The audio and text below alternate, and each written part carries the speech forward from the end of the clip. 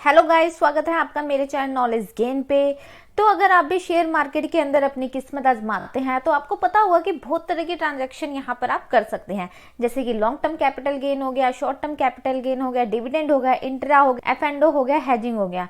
और इसके अलावा गाइज आपने आईपीओ तो सुना ही होगा, इनिशियल पब्लिक ऑफरिंग। कोई भी कंपनी पहली पहली बार जब अपने शेयर जारी करती है तो आईपीओ के थ्रू आती है, तो जब इनकी लिस्टिंग होती है। हालांकि जैसे 100 रुपए का जो आईपीओ है 100 रुपए पर शेयर के हिसाब से आया, तो इसकी लिस्टिंग ऑब्वियस सी बात है कि 100 में से 90% प्रॉफिट में हाई होती है, और 100 वाला 150 भी चला जाता है, 200 भी चला जाता है सेम डे के अंदर। तो गाइज अगर आपने आईपीओ लगाया था, और जो आईपीओ अलॉटमेंट होना भी बहुत बड़ी किस्मत की बात है, हर किसी को जो आईपीओ है वो अलॉट नहीं होता है। और तो आईपीओ से रिलेटेड इनकम टैक्स के रूल आपको जान लेने चाहिए कि कब आपको टैक्स देना पड़ेगा, कौन सी इनकम पर आपको कितना टैक्स देना पड़ेगा, क्या आपको आईटीआर भरनी पड़ेगी या नहीं भरनी पड़ेगी। क्या होता है, इनकम टैक्स को जो इन्फॉर्मेशन है सारी की सारी चली जाती है जब भी आप अपने पैन कार्ड में ट्रांजेक्शन करते हैं। तो गाइज देर ना करते हुए आईपीओ और इनकम टैक्स के सारे रूल्स हम जान लेते हैं। और गाइज जिन्होंने टेलीग्राम ग्रुप को ज्वाइन नहीं किया है उसका लिंक आपको मेरे डिस्क्रिप्शन पे मिल जाएगा, तो फटाफट जाके टेलीग्राम ग्रुप को ज्वाइन कर लीजिए। उसमें जो है सारी अपडेट आती रहती है टैक्स को लेकर। तो देर ना करते हुए आईपीओ और इनकम टैक्स के सारे रूल्स हम यहाँ पर जान लेते हैं।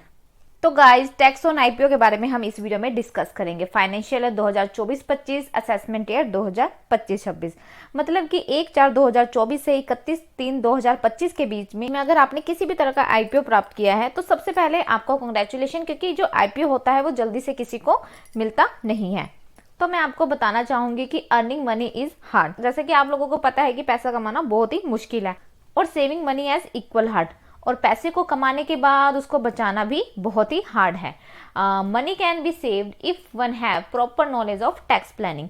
तो गाइज अगर आपको टैक्स के रूल का पता होगा तो आज तो आप टैक्स दे देंगे आराम से, तो आपको क्या होगा, इन फ्यूचर किसी भी तरह की दिक्कत नहीं आएगी। और आप कुछ ना कुछ तो अगर आपको टैक्स प्लानिंग के रूल पता होगा तो आप इजिली कर पाएंगे।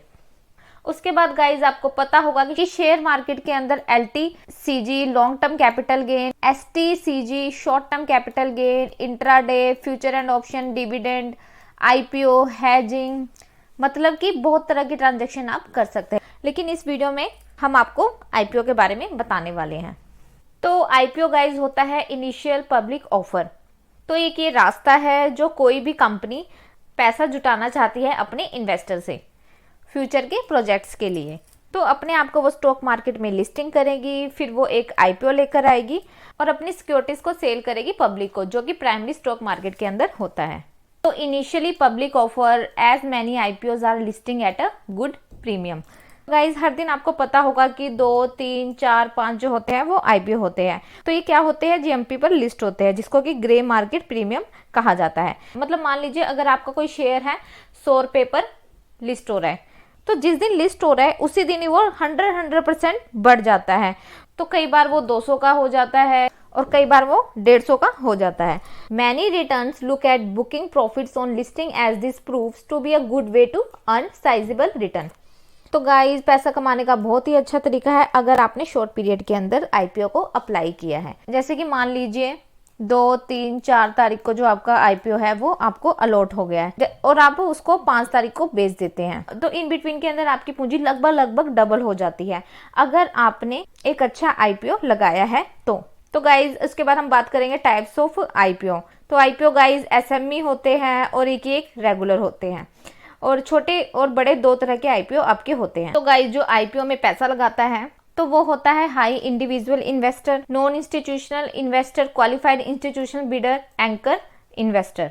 तो हम यहाँ पर ज्यादा डीपली नहीं जाएंगे, हम सिर्फ यहाँ पर टैक्स की बात करने वाले हैं। Tax is payable on taxable income only. तो गाइज अगर आपको आईपीओ के अंदर नुकसान हो जाता है, अगर आपको लॉस हो जाता है, तो आपको किसी भी तरह का जो टैक्स है वो नहीं देना है। तो गाइज नॉर्मल जो टैक्स देना होता है वो आपको स्लैब रेट और टैक्स रिजीम के हिसाब से देना होता है। डिडक्शन और एग्जम्पशन की छूट लेने के बाद कुछ इनकम जो होती है वो स्पेशल रेट से ही टैक्स देनी होती है, और जो एक आईपीओ होता है वो स्पेशल इनकम ही है, इसके अंदर भी स्पेशल रेट ही लगने वाले हैं।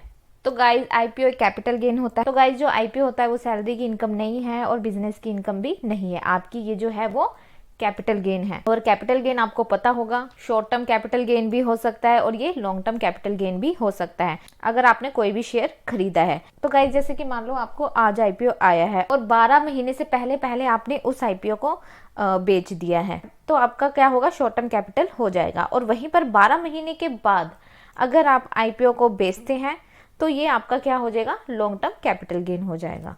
तो गाइस जैसे कि मैंने आपको बताया कि जो लॉन्ग टर्म कैपिटल गेन होता है 12 महीने के बाद अगर आप अलॉटमेंट होने के बाद बेचते हैं तो वो आपका लॉन्ग टर्म कैपिटल गेन हो जाता है। तो टैक्स रिजीम और टैक्स स्लैब क्या है, तो अगर आप ओल्ड टैक्स रिजीम में जाते हैं तो आपको 2.5 लाख तक कोई टैक्स नहीं देना है। 2.5 लाख से 5 पे आपको 5% टैक्स लगेगा, 5 से 10 पे आपको 20% लगेगा, और अगर आप मोर देन 10 लाख है तो 30% लगेगा। लेकिन जो आपकी स्पेशल इनकम होगी उसमें स्पेशल रेट से ही जो है वो टैक्स लगेंगे। मैंने आपको बता दिया था। तो गाइज ओल्ड टैक्स रिजीम में अगर आपकी ओवरऑल इनकम 5 लाख होती है तो 87A बोलता है कि आपको 12,500 की जो छूट है वो आपको मिल जाएगी। और आपने शॉर्ट टर्म कैपिटल गेन कमाया है आईपीओ से तो भी आपको क्या है 12,500 की छूट आप यहाँ पर ले सकते हैं। अब मैं बात करती हूँ डिडक्शन एंड एग्जम्पशन लेने के बाद में अगर आपने लॉन्ग टर्म कैपिटल गेन कमाया है तो लॉन्ग टर्म कैपिटल गेन में आपको फिर से बता दूं कि 12 महीने के बाद में उस आईपीओ को अगर आप बेचते हैं तो आपको उसके ऊपर 12.5% जो टैक्स है वो आपको देना पड़ेगा। और यहीं पर अगर आपने 23 जुलाई से पहले आईपीओ को बेच दिया था तो वहां पर आपको जो है 10% टैक्स देना था, क्योंकि 23 जुलाई 2024 को क्या था, उस दिन बजट आया था। तो वहां से क्या हुए थे, जो रूल थे वो चेंज हो गए थे।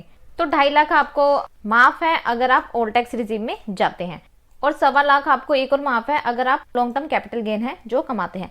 उसके बाद में आपको 12.5% जो टैक्स है आपको देना पड़ेगा। तो यहाँ पर आप देख सकते हैं आपको 2.5 लाख माफ है, आपको 1.25 लाख रुपए माफ है। मतलब कि अगर आप 3,75,000 की अगर आप आईपीओ की इनकम कमाते हैं तो मैं अगर ये मान के चलती हूँ कि अगर आपकी कोई और इनकम नहीं है तो आपका जो लॉन्ग टर्म कैपिटल गेन है वो माफ हो जाएगा। और उसके बाद में आपको 12.5% के हिसाब से जो है वो आपको टैक्स देना पड़ेगा। तो यहाँ पर मैं आपको एक एग्जांपल देती हूँ। जैसे कि आपने एक आईपीओ लिया था या एक लिए थे, 5 लिए थे, तो मान लीजिए आपने 5 लाख रुपए आईपीओ में लगाए थे, तो बाद में आपने उसको 10 लाख रुपए में बेच दिया, तो टोटल आपकी यहाँ पर जो इनकम होगी वो 5 लाख की हो गई। तो 5 लाख में से तो आपको जो 2.5 लाख है वो माफ है और आपको जो 1.25 लाख है वो भी आपको माफ है। तो guys long term capital gain में आपका जो 3,75,000 है वो तो आपका माफ हो जाएगा। तो गाइज 5 लाख तो आपका कैपिटल गेन था, तो इसके अंदर आपको 1.25 लाख बच जाएगा। इस 1.25 लाख के ऊपर आपको 12.5% जो टैक्स है वो आपका 15,625, उसके बाद आपको 4% सेस, और इसके बाद में एडवांस टैक्स अगर आपने नहीं भरा है तो उसका ब्याज आपको देना पड़ेगा। तो मैं उम्मीद करती हूँ गाइज अगर आपने आईपीओ 12 महीने के बाद बेचा है तो वो लॉन्ग टर्म कैपिटल गेन के हिसाब से आपको टैक्स लगेगा। तो गाइज पहला आपको यहाँ पर 2.5 लाख माफ है, उसके बाद आपको 1,25,000 माफ है, और उसके बाद में आपको यहाँ पर 12.5% टैक्स देना पड़ेगा। गाइज अगर 2.5 लाख के अंदर आपकी कोई भी इनकम अगर आपकी आती है, सैलरी की इनकम होगी, बिजनेस की इनकम होगी, ब्याज की इनकम होगी, तो वो भी इंक्लूड हो जाएगी। ऐसा नहीं है कि सिर्फ लॉन्ग टर्म कैपिटल के सारे 2.5 लाख रुपए माफ हो जाएंगे। तो गाइस इसके बाद हम न्यू टैक्स रिजीम में जाते हैं। तो न्यू टैक्स रिजीम में अगर आपकी ओवरऑल इनकम 7 लाख रुपए है तो 87A बोलता है कि आपको 25,000 तक की जो छूट है वो आपको मिल जाएगी। लेकिन 25,000 की छूट इस लॉन्ग टर्म कैपिटल गेन के अगेंस्ट आपको नहीं मिलेगी। डिडक्शन एंड एग्जम्पशन लेने के बाद जो लॉन्ग टर्म कैपिटल गेन आएगा उसके ऊपर आपको 12.5% टैक्स देना है, और इसके अंदर चाहे लॉन्ग टर्म कैपिटल हो चाहे कोई भी इनकम हो तो पहला जो 3 लाख रुपए है वो आपको माफ है। इसके बाद आपको 1.25 लाख रुपए तक की जो छूट है वो भी मिल जाएगी। तो गाइज आपका जो 4.25 लाख रुपए है वो यहाँ पर माफ हो जाएगा। इसके बाद में अगर आपने लॉन्ग टर्म कैपिटल गेन कमाया है, चाहे आईपीओ से कमाया हो चाहे किसी भी तरह से कमाया, तो आपको 12.5% के हिसाब से जो है वो टैक्स देना है। अब मैं यहाँ पे आपको न्यू टैक्स रिजीम का एक एग्जांपल भी दे देती हूँ। जैसे कि आपने 5 लाख रुपए कमाए तो यहाँ पर आपको 3 लाख रुपए माफ है और आपको यहाँ पर 1,25,000 की जो छूट आपको मिल जाएगी। तो यहाँ पर आपका बच गया 75,000 रुपए और उस पर आपको टैक्स लगा 12.5%, मतलब कि 9,375 आपका टैक्स हो गया और उसके ऊपर आपको 4% सेस लग जाएगा। तो अगर आपका जो टैक्स है वो 10,000 से कम बनता है तो आपको यहाँ पर कोई भी इंटरेस्ट नहीं देना है। तो इस तरह से आपको यहाँ पर जो है वो टैक्स देना है। इसके बाद में अगर आपको किसी भी तरह का जो आईपीओ है अगर वो आपको अलॉट हुआ है, अलॉट होने की अगर आपने नेक्स्ट डे ही बेच दिया, 1 महीने के बाद बेच दिया, 2 महीने के बाद बेच, मतलब कि आपने 12 महीने से पहले पहले अगर आपने आईपीओ बेच दिया है तो वो आपका शॉर्ट टर्म कैपिटल गेन कहलाता है। उसके बाद अगर हम ऑल टैक्स रिजीम में शॉर्ट टर्म कैपिटल गेन की बात करें तो पहला आपको यहाँ पर 2.5 लाख रुपए माफ है, उसके बाद में आपको यहाँ पर 20% टैक्स देना है। हालांकि अगर आपने 23 जुलाई से पहले अगर आपने किया है तो यहाँ पर 15% है वो टैक्स है। तो यहाँ पर आपको जो 2.5 लाख है वो टैक्स फ्री है। तो उसके बाद में आपको यहाँ पर 20% tax short term capital gain आपको यहाँ पर देना है। जैसे कि मैं यहाँ पर आपको एक एग्जांपल बता देती हूँ। जैसे कि आपने यहाँ पर आईपीओ लगाया और कल आपका जो आईपीओ है और आ गया और आपने उसको बेच दिया, तो यहाँ पर आपने 5 लाख रुपए कमाया, तो उसके अंदर आपको 2.5 लाख रुपए, तो बाकी के 2.5 लाख पर आपको यहाँ पर जो है 20% टैक्स देना है। मतलब कि आपको यहाँ पर 50,000 रुपए टैक्स देना है और उसके ऊपर आपको 4% है वो सेस भी देना है। और अगर आपने एडवांस में टैक्स नहीं भरा था तो उसका भी इंटरेस्ट आपको यहाँ पर देना है।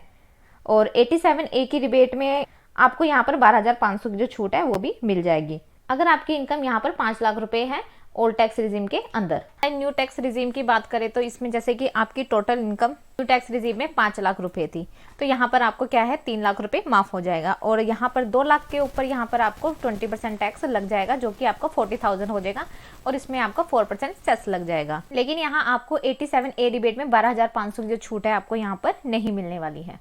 इसके अलावा आपकी कोई भी इनकम लॉन्ग टर्म और शॉर्ट टर्म के अलावा आई थी, जैसे कि सैलरी से थी तो स्लैब रेट, बिजनेस से थी तो स्लैब रेट और अदर सोर्सेज से थी तो स्लैब रेट, लॉटरी और क्रिप्टो वगैरह है तो उसमें आपको यहाँ पर 30% का जो टैक्स है वो आपको यहाँ पर देना पड़ेगा। उसके बाद then it will be taxable as per slab rates tax regime. जैसे ही आपकी इनकम है वैसे ही आपको यहाँ पर टैक्स भी देना पड़ेगा। उसके बाद हम बात करते हैं एडवांस टैक्स की। एडवांस टैक्स में जैसे कि मैं आपको बता दूं कि अगर आपने मान लो कोई भी आईपीओ बेचा है और चाहे 12 महीने से पहले बेचा है या बाद में बेचा है, तो उसका टैक्स अगर आपका 10,000 से ज़्यादा बनता है तो यहाँ पर सरकार कहती है कि आपको पहले ही दे देना है, ये आपको एडवांस में दे देना है।